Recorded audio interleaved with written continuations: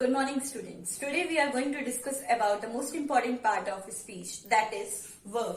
Verb. What do you know by verb? Verb is an important part of speech. Almost every sentence need a verb in it. A verb is an action word. Action word, that means आप कोई भी verb करते हैं, that is known as action. And that action word is known as verb. For example, eating, running, studying, etc. Anything, whatever you do, by physically, mentally, or being in any other state, it is known as verb.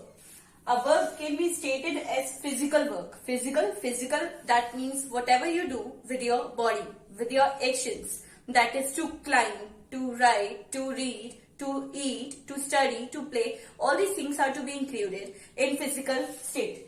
Next is mental state. Mental state, if you think, if you perform your something in your mind, that is known as mental state, and it is very essential part, and it is also known as verb. Next is a state of being, that is in the form of exist. Whatever it is being existing, it is also considered as a verb, and it is the most important and essential part of speech. We can conclude any of the verb in it. As I told you that every sentence needs a verb in it. That means if a body, if we take an example of a body, if an organ is essential for a body, that means verb is also essential for a sentence to make.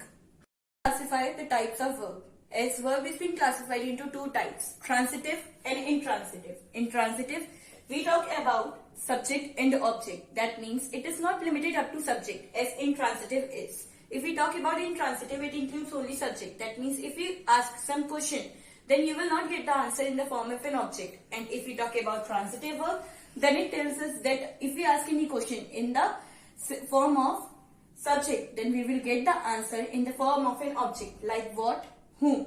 Like if we take an example, like he is dressing his hair. What he is doing? He is, that is subject. And what he is doing? Dressing his hair.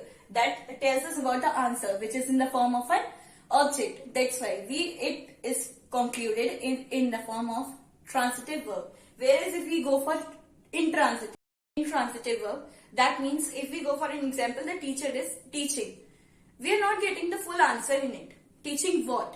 क्या कर रहे हैं? किसको पढ़ा रहे हैं?